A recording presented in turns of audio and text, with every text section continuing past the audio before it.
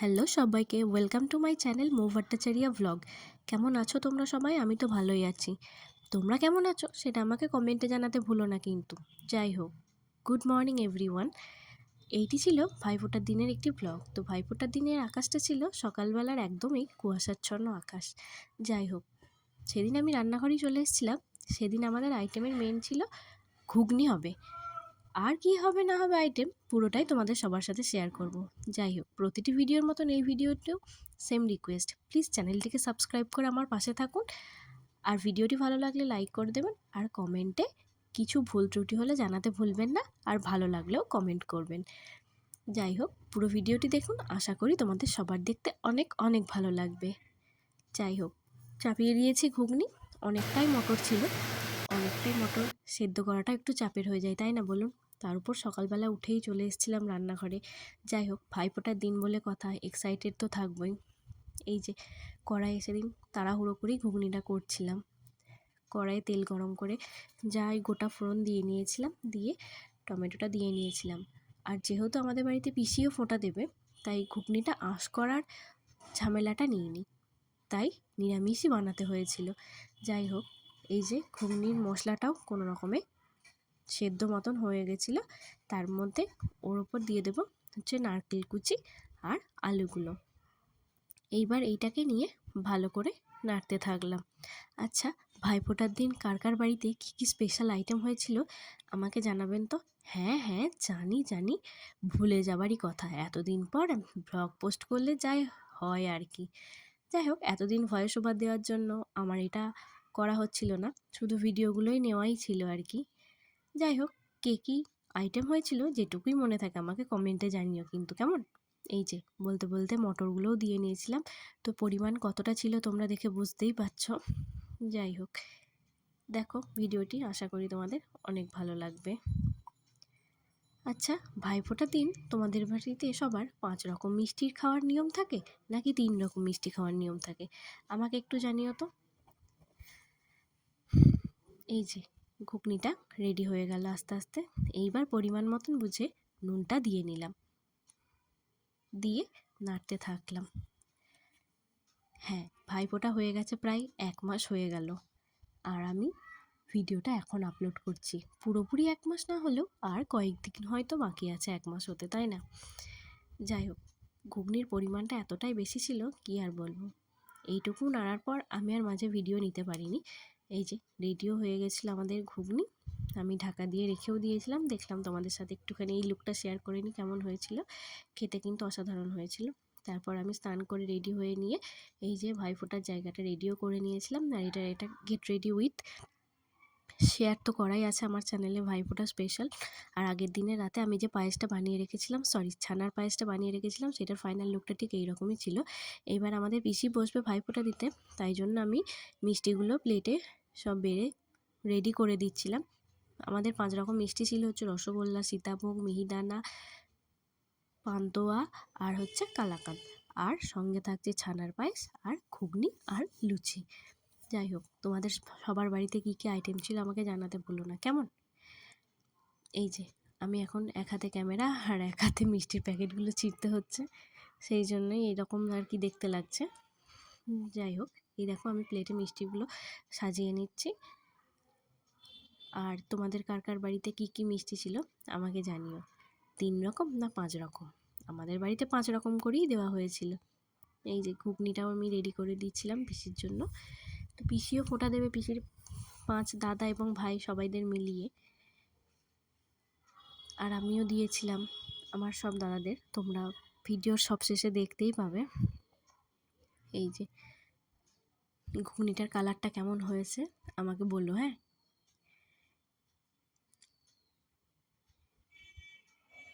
তো ভাইফোঁটার দিনের ব্লগ, এটা তো একটা চরম এক্সাইটিং ব্যাপারই ছিল, কিন্তু আমি কি করব, আমার ভয়েস ওভার দেওয়ার জন্য করাই হচ্ছিল না। যাই হোক, আজকে সময় পেয়েছি, আজকে আমি ভয়েস ওভার দিতে বসেছি। আর ছানার পায়েসটা দেখছো, বাড়িতে করেও কি সুন্দর দোকানের মতন ঘন ব্যাপারটা হয়েছে। প্রত্যেকেরই খেতে খুবই ভালো লেগেছিল। দুপুরের লাঞ্চের সময় যখন ভিডিওটা নিয়েছিলাম তখন শেয়ার করা আছে রিভিউটা। যাই হোক, ছোদ্দা ঘরে এনে এনে দিল ডিশগুলো। আর এখন জ্যাঠা, 2 জ্যাঠা বাবা, ওইদিকে 2 কাকাও বসে পড়েছে। পিসি এখন সবাইকেই ফোঁটা দিয়ে নিল। খুবই ভালো লাগার একটা দিন, তাই না? সবাই এক জায়গায় হওয়া, সেই পিসিদেরও ছোটোবেলার সমস্ত কিছু মনে পড়ে যাওয়া, তাই না?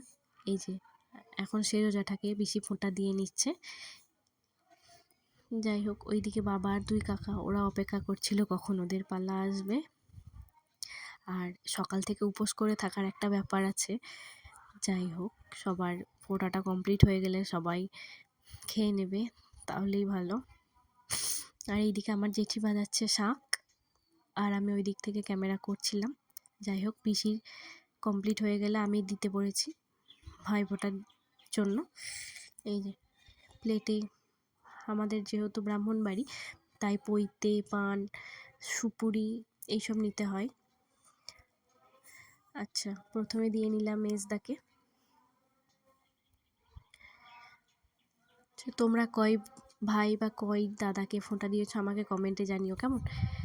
আচ্ছা, আমি তো টোটাল 6 জনকে ফোঁটা দিয়েছিলাম। যাই হোক, এই দিনটি খুবই একটা ভালো লাগার দিন।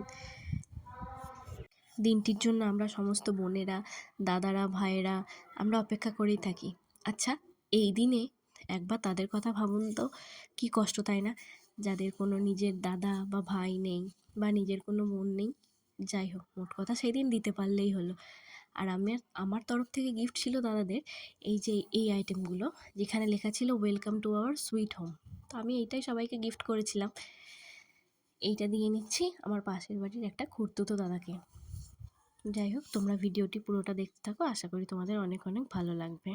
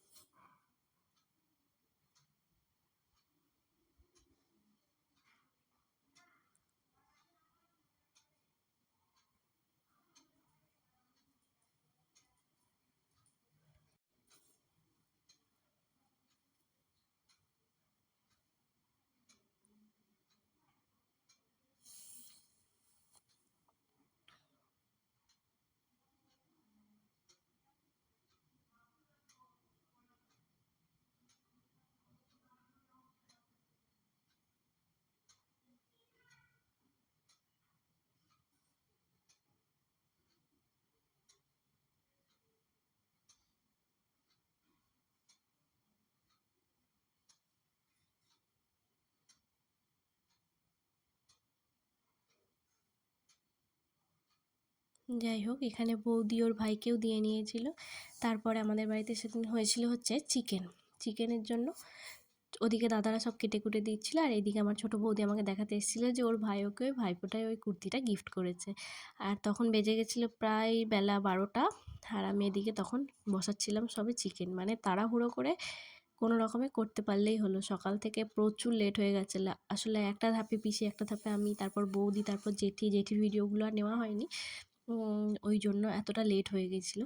প্রথমে আমি ওই জন্য ভেজে নিয়েছিলাম আলুগুলো, তারপরে আমি চিকেনটাও ভেজে নিয়েছিলাম এইভাবেই।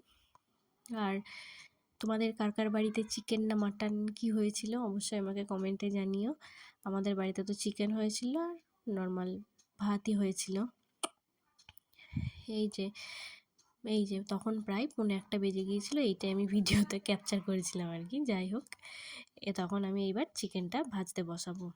আলুটা ওইদিকে ভাজা হয়ে গিয়েছে, আর এইবার কড়াই তেলটা গরম হয়ে গেলে এইবার চিকেনটাও বসাবো। আর একটু তেল অ্যাড করতে হয়েছিল, কারণ চিকেন ছিল সেদিন প্রায় 2 কেজি মতন, তো অনেকটাই ছিল সেই জন্য। আর চিকেনটা ম্যারিনেশন করার কোনো টাইমই ছিল না, ওই জন্য চিকেনটা আগে এইভাবে ভাবলাম একদিন ভেজে দেখা যাক কেমন হয়। তো সেদিন খেতে খুবই ভালো হয়েছিল, আর কালারটাও অসাধারণ এসেছিলো। সেসব ভিডিওর শেষে যখন আমরা লাঞ্চ করব তখন তো তোমরা দেখতেই পারবে। এই যে এখন চিকেনটা এইভাবে ভাজতে থাকি, তোমরা ভিডিওটি কন্টিনিউ করো।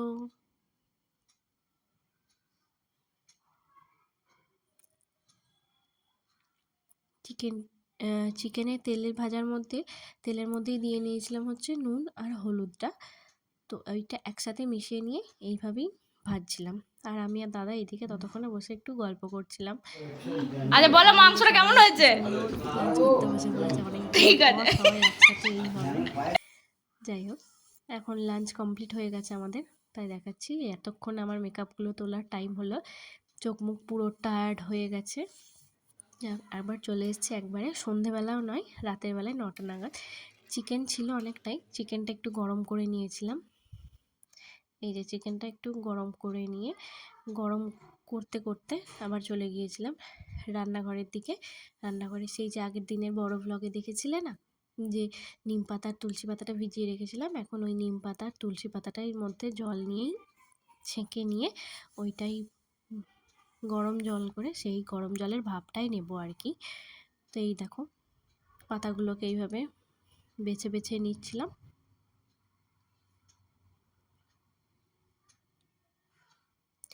এই যে যেটা আমি গিফট করেছিলাম সেটা বাড়িতে টাঙিয়েও দেওয়া হয়েছে। তো দেখো বেশ সুন্দর লাগছে। তোমরাও কিন্তু নিজেদের বাড়ির জন্য এরকম কিনে একটা করে লাগাতে পারো, বেশ ভালোই লাগবে। আর আমরা যেখানে টাঙাচ্ছিলাম বাড়িতে সবাই ঢুকলে সবার প্রথমেই চোখে পড়বে, বেশ ভালোই লাগছিল।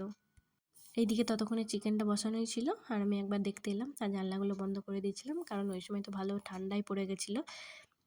যাই হোক, এই যে চিকেনটা রাতে যেটুকু ঝোল ছিল তার মধ্যে একটুখানি জল দিয়ে মিশিয়ে নিচ্ছিলাম, আরও একটু মাখা মাখা করে নিয়েছিলাম, যেহেতু রাতে রুটি দিয়েই খাওয়া হবে, বেশি ঝোল না রাখলেও চলবে। এই যে এবার এইখানে রাশি দেখছি যে এটাও ফুটে গেছে, এবার আমি জলের ভাপটা নেব।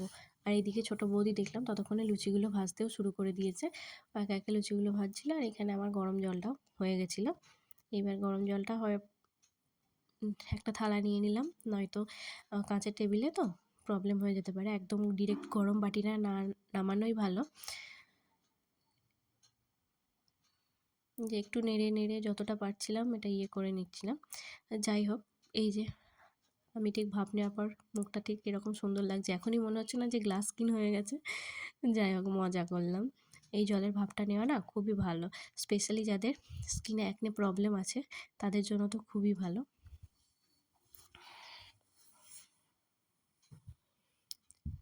যে আবার বসে পড়েছি, শিলে ওটা বেটে নেব। মিক্সিতে বাটলে না ঠিক মানে একদম মিহি করে পেস্ট করে বাটা হয় না, আর শিলে বাটলে বেশ মিহি করে পেস্ট করে বাটা হয়, আর ওই যে রসটা বেরোয় সেইটাই মুখে মেখে নিচ্ছিলাম। এইটা মাখাটা ভীষণই ভালো, মানে এটা যখন এই মাঝে মাঝে মাখি না, তখন আমার মুখের ওই অ্যাকনেগুলো বেরোনো টোটালি বন্ধ হয়ে যায়। ঠিক এই রকমই মিহি করে বেটে নিচ্ছিলাম। তো তোমরাও এটা একবার ট্রাই করতে পারো, আশা করি যাদের মুখে প্রচণ্ড পিম্পল আছে তাদের খুবই এটা ভালো রকম কাজ দেয়। যাই হোক, এখানেও সবাই খেতে বসে পড়েছে।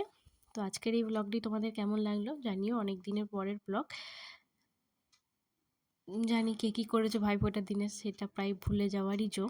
যাই হোক, চলো আমি একটু দেখে নিলাম যে আমার মুখে নিম পাতা মেখে কেমন মুখটা ক্লিন লাগছিলো। এদিকে আমি আর বৌদি খেতে বসে পড়েছি। ভিডিওটি কেমন লাগলো জানিও, চ্যানেলটিকে সাবস্ক্রাইব করে আমার পাশে থেকে চলো, টাটা, বাই।